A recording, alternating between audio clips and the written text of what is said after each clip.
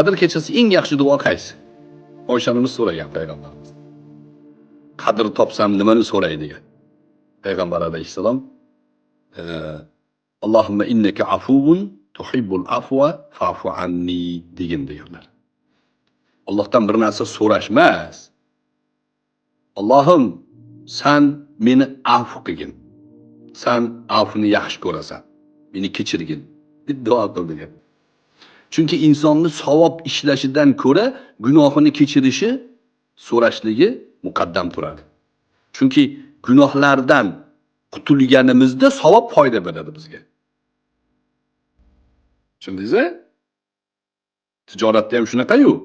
Oldin xarajatlarni chiqarib tashlaysiz, keyin qolgan sarmoya foyda bo'ladi.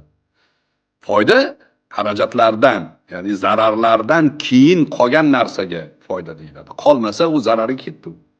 O'shaning uchun birinchi zararni bartaraf qilishimiz kerak. Allohum innaka afuvun karim tuhibbul afwa fa'fu anna.